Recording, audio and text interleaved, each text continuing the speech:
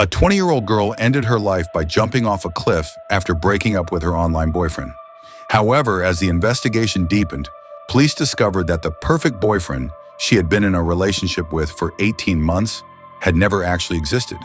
He was a virtual persona, carefully designed and crafted entirely around the girl's ideals. From his identity and personality to his interests and way of speaking, everything matched the image she longed for deep in her heart. From the very beginning, the relationship was a scam specifically targeting her. And even the final breakup was nothing more than an ending written into the plan long in advance. Only then did investigators come to a chilling realization.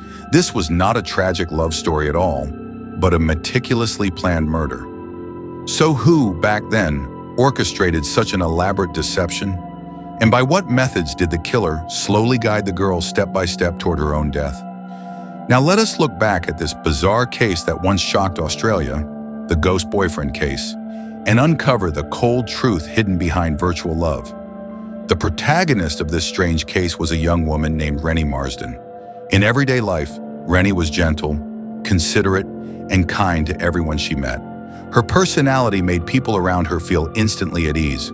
Strangely though, despite being so likable, she had very few friends. Her only truly close confidant was a single best friend, Camilla. Not only that, Rennie was highly accomplished at work, a talented young stylist. Her family life was equally enviable. Loving parents, a close bond with her younger brother, and a household that appeared to have everything going for it. In the eyes of others, Rennie was the very picture of a girl surrounded by happiness. Yet beneath this bright and polished image of life, a dark hand had already begun to quietly reach into her fate. On the afternoon of August 5th, 2013, Rennie left work and returned home at her usual time, 5 o'clock sharp. But that day when she arrived home, something was clearly different. Rennie, who never brought negative emotions back with her, looked pale, as if all the life had been drained from her. Her mother, Teresa, who was sitting on the sofa, immediately noticed something was wrong and hurried over to ask what was going on. In response to her mother's concern, Rennie merely brushed it off with a casual, "I'm fine," then went alone to her room. The family had always believed in respecting one another's private space, so Teresa did not press further, but a text message that arrived shortly afterward made her heart seize, leaving her unable to remain calm. The message read, "Keep an eye on your daughter. She's threatening to kill herself." What shocked Teresa even more was that the sender was Braden Spirit, the boyfriend Rennie had been dating for a full 18 months. Rennie had previously explained to her family that her boyfriend Braden had been imprisoned 2 years earlier after a serious motorcycle accident. As a result, their contact afterward relied entirely on text messages and social media. Although her mother had concerns about this unusual relationship, she could not deny that after meeting Braden, Rennie did seem happier. For that reason, the relationship had been reluctantly accepted within the family. Now, however, it appeared that Rennie's abnormal behavior that day was indeed connected to Braden. Teresa immediately took her phone and went to her daughter's room. Opening the message thread, she carefully asked whether Rennie's strange mood that day had anything to do with Braden. At that moment, Rennie showed a sense of relief born from despair. She told her mother that she had finally seen Braden for who he really was and that everything was over. Rennie's tone led Teresa to believe this was nothing more than an ordinary breakup. She even felt a sense of relief that her daughter had managed to cut her losses and escape such a strange relationship. What she never could have imagined was that Braden would go on to send Rennie 91 more deadly text messages, pushing her completely into the abyss. As night fell, Rennie carefully put on her makeup and dressed in a beautiful outfit before walking out of her room. She told her parents that she was going out to have dinner with friends. Seeing how carefully their daughter had dressed, her parents even felt a sense of relief, believing that she had finally begun to move on from the pain of the breakup. In reality, Rennie had no plans to meet anyone at all. Instead, she drove alone to a place known as Watson's Bay Gap. The area was commonly referred to as the Gap of Broken Souls, because by that time, more than 30 people had already ended their lives there.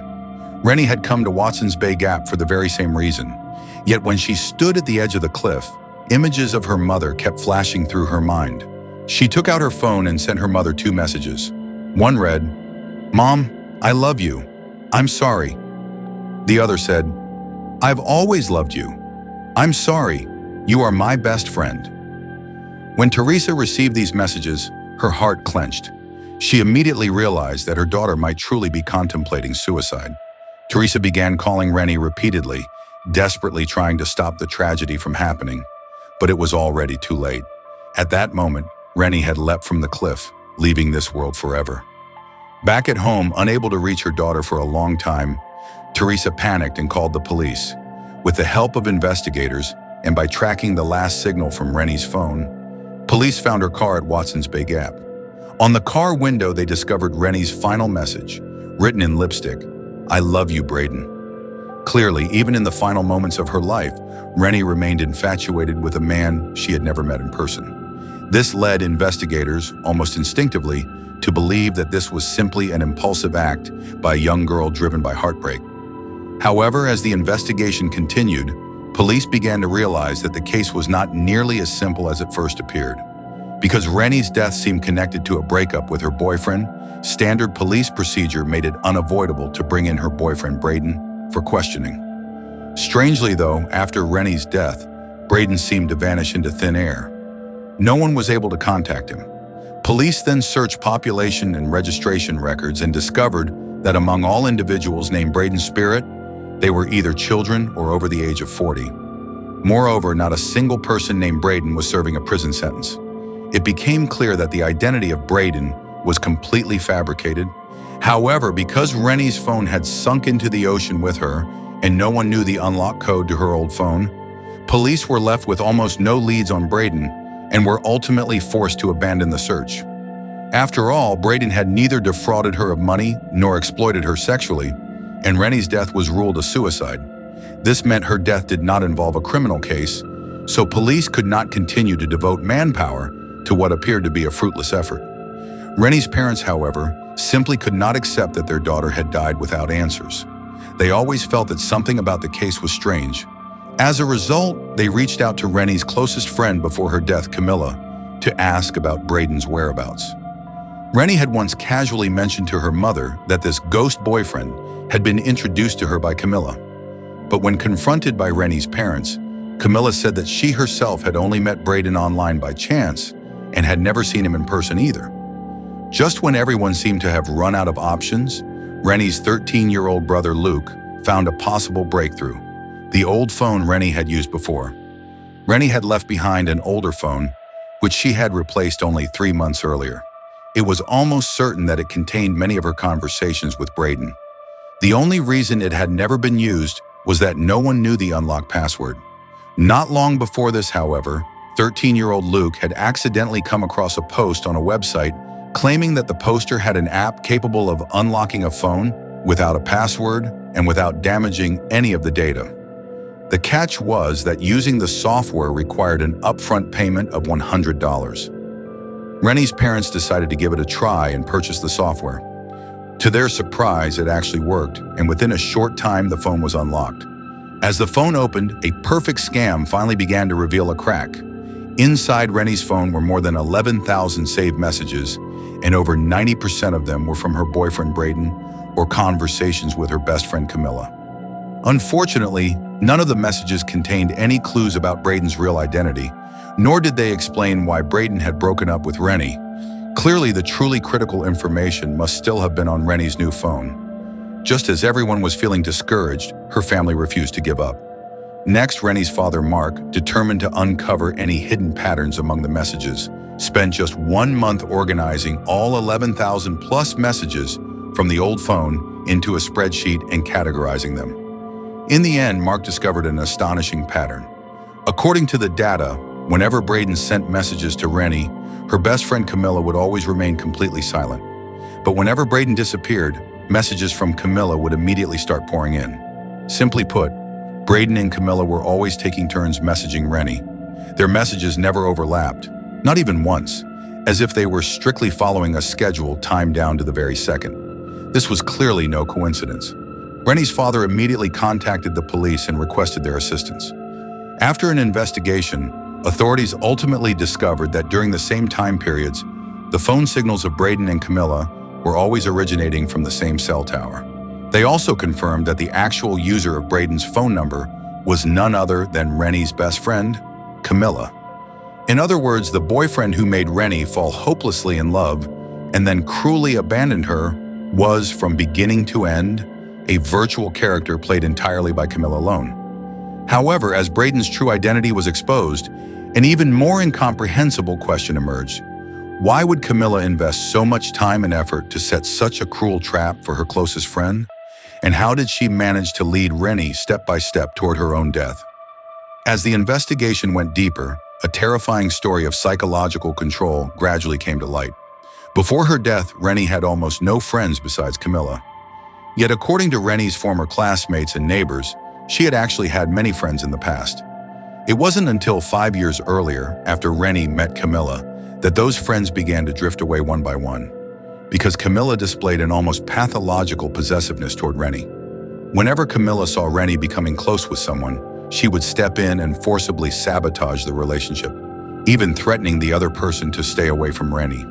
She would then turn around and tell Rennie that she was doing all of this for her own good, claiming that the people around her were not truly sincere and that sooner or later they would deceive her. Moreover, Camilla absolutely did not allow Rennie to have any independent social space.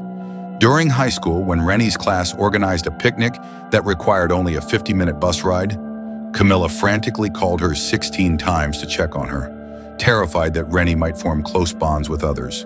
Whenever Rennie expressed any desire to date, Camilla spared no effort in sabotaging it, even declaring that only relationships between women are truly trustworthy. As a result, by the age of 20, Rennie had never experienced a real romantic relationship. Over time, Rennie's social circle grew smaller and smaller until eventually her entire world consisted of only Camilla. The reason Camilla exerted such intense control over Rennie was that her feelings for her had long surpassed friendship. She wanted Rennie's world to contain no one but herself. Camilla had even repeatedly expressed a desire to take their relationship further, though each time she was rejected. Even so, Rennie never considered cutting ties with Camilla. While Camilla restricted Rennie's freedom, she was also exceptionally good to her. She worried constantly about Rennie's health, and whenever she found good food or nice clothes, she would buy them for Rennie. In every sense, she provided Rennie with an abundance of emotional attention and validation. This left Rennie deeply conflicted in how she viewed Camilla, both intensely annoyed by her and yet still cherishing the relationship. Camilla exploited this contradiction, continuing to control Rennie under the banner of doing it for your own good. On top of that, Rennie had a people-pleasing personality and was poor at refusing others, which left her trapped in this cage of love, unable to escape. But as she grew older, by the time Rennie turned 18, her desire to resist began to strengthen. She secretly started dating a boyfriend without telling Camilla, though the relationship did not last long. This was largely because once Camilla discovered it, she quickly destroyed the relationship. Rennie and Camilla had a fierce argument over it, marking the first time Rennie openly confronted her. Seeing that Rennie was gradually showing signs of breaking free from her control, and that she still harbored fantasies about men, Camilla came up with an even more sinister plan. She pretended to apologize to Rennie, then personally introduced her to a boyfriend, who was, of course, the virtual boyfriend Braden, played by Camilla herself. The purpose was to continue controlling Rennie through this fabricated relationship. At the same time, when Camilla created Braden, she had already planned that at the moment when Rennie was most deeply in love, it would be Braden who initiated the breakup. The goal was to completely destroy Rennie's confidence in men and in love itself, so that after her heart was shattered, she would have no choice but to return to Camilla's side, allowing Camilla to achieve permanent possession of her. To carry out this plan, the first requirement was to make Rennie fall in love with Braden. But for Camilla, this was incredibly easy, because she knew Rennie's likes and preferences inside and out. As a result, the virtual Braden was a perfect lover, tailored specifically for Rennie. His background, age, personality, and even the way he spoke were all exactly the type Rennie loved most. In their conversations, almost every word struck a chord with Rennie, leading her to subconsciously believe that Braden was her soulmate. As time went on, Braden successfully became an indispensable emotional anchor in Rennie's life. No matter what worries she had, he was always the first person she confided in. Later, the two even privately pledged their lives to each other, and Rennie had already begun imagining their life after marriage. In this way, Camilla once again succeeded in controlling Rennie through the virtual boyfriend. At this stage, however, Camilla had not yet planned to completely destroy Rennie. The true turning point occurred 1 month before the incident. In the summer of 2011, Camilla went to the United States for a 1-month vacation, during which she was unable to use her phone. During that time, Rennie enjoyed a long-lost sense of peace. It also gave her more time to re-examine her relationship with Camilla. Scene after scene from the past made Rennie gradually realize that for years she had been living inside a cage constructed by Camilla. After a period of inner struggle, she finally decided to cut off all ties with Camilla. She immediately sent her a message saying that she was about to marry Braden and demanding that Camilla no longer interfere in her private life. Rennie even hinted in her words that she did not want to have any further contact with Camilla at all. Then Rennie wrote a letter to Braden that said, "I've finally completely cut ties with Camilla. I feel so much better now. My dear, I can't live without you. You are my hero, my everything." From the contents of the letter, it was clear that Rennie's ability to make the firm decision to completely break with Camilla was largely because she had Braden as a solid emotional support, and also because she wanted to clear any obstacles standing between herself and Braden. However, hope is often the most lethal poison before destruction. When Camilla returned from her vacation and saw the messages and the letter, she realized that in the future life Rennie was planning, there was no place for her at all. At that moment, anger, jealousy, and resentment completely consumed her. Thus, on August 5th, 2013, an enraged Camilla launched her final, devastating strike against Rennie, sending a breakup text to her under Braden's identity. To Rennie, Braden was no longer just a lover. He was her emotional anchor, her source of support, and her last remaining trust and hope in the world. Now that the only hope in her life was gone, how could she not collapse? It was then that Rennie began to contemplate ending her own life. Yet despite knowing full well that Rennie was in a state of complete emotional collapse, Camilla merely sent a brief warning message to Rennie's parents. She never told them the truth. Instead, she turned around and continued sending Rennie 91 deadly text messages. Although that phone sank into the ocean with Rennie, and we will never know the exact contents of those messages, it is not hard to imagine that Camilla, while playing the role of Braden, used the most vicious and humiliating language she could conceive, subjecting Rennie to a prolonged psychological torture and ultimately pushing her all the way to the point of no return. Even up until the moment of her death, Rennie remained immersed in the illusion of love, completely unaware that everything had been an elaborate trap carefully set by her closest friend, and the man she loved had never truly existed from beginning to end. At this point, the full course of events became entirely clear, and Camilla's actions fully met the criminal definition of murder. As a result, once the truth was confirmed, she was immediately brought to court. Yet even standing in the defendant's seat, Camilla showed no remorse whatsoever. Instead, she coldly and publicly slandered Rennie, uttering many cruel and offensive remarks. Between the lines, her words were filled with resentment toward Rennie, leaving many people in the courtroom grinding their teeth in anger. What was even more infuriating, however, was that under Australian law at the time, the court was ultimately unable to convict Camilla. Although it was clear that she had deceived Rennie through digital communication, she had neither defrauded her of money nor exploited her sexually. So-called emotional deception and psychological control were simply not recognized as crimes under the law. Moreover, the 91 text messages Rennie received before her death could not be recovered, making it impossible to prove that Camilla had incited her to commit suicide. As a result, this case became what the justice system effectively acknowledged as a perfect murder. Tragically, Camilla was acquitted and released in court. Not long afterwards, she married, had children, and went on to live a seemingly happy family life, as if nothing had ever happened. Today, the wind still howls through Watson's Bay Gap, while the words, "I love you, Braden," once written on Rennie's car window, have long since been eroded by time. But the questions left behind by this murder have never faded. With the full arrival of the digital age, the boundary between the virtual and the real has become increasingly blurred. We have grown accustomed to forming relationships through screens, relying on text to convey emotion, and even, without realizing it, losing our ability to distinguish reality from illusion. In the wake of Rennie's case, a law bearing her name came into being, helping to drive a large-scale legislative movement in Australia. The goal was to clearly define non-financial online fraud as a criminal offense. This legislation was of landmark significance, because in this era of information overload, the most terrifying weapons are no longer cold, gleaming blades, but sugar-coated lies, emotionless virtual personas, and beautiful illusions that can so easily pierce the screen and reach the human heart.